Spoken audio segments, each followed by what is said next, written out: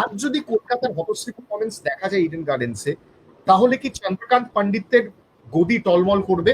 কারণ অভিষেক নায়ার ফিরে আসা কেকেআর ম্যানেজমেন্ট কিন্তু ক্লিয়ারলি একটা বার্তা দিচ্ছে যে পণ্ডিতকে নিয়ে এবং কারেন্ট কোচিং স্টাফ নিয়ে, কারণ assistant coach Otis Gibson, mentor Dwayne Bravo, head coach Chandrakant Pandit, তারা কিন্তু ক্লিয়ারলি কেকেআর বলে দিচ্ছে তারা কিন্তু কারেন্ট সাপোর্ট স্টাফ ম্যানেজমেন্ট নিয়ে খুশি নয়। ইয়োর ওপিনিয়ন দেবাশিস দা?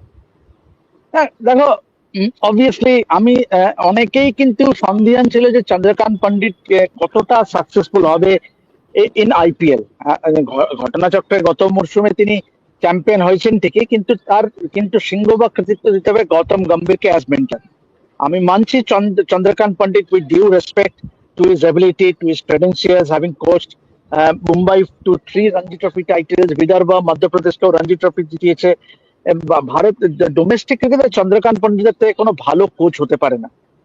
কিন্তু ঘটনা হচ্ছে যে তিনি কি আইপিএল এ ততটাই ভালো coach? I I I don't think so. কেননা এখানে হয়তো আমাকে ক্রিটিসাইজ করবে অনেকেই, কিন্তু আই আই ডোন্ট কেয়ার। আমার মনে হয় যে Chandrakant Pandit as a IPL franchise coach has failed to deliver, এবং সেটা আমরা টের পেয়েছি যে be it this man management, be it the performance of the players, it was Gautam Gambhir's the success in last season has to be Gautam Gambhir.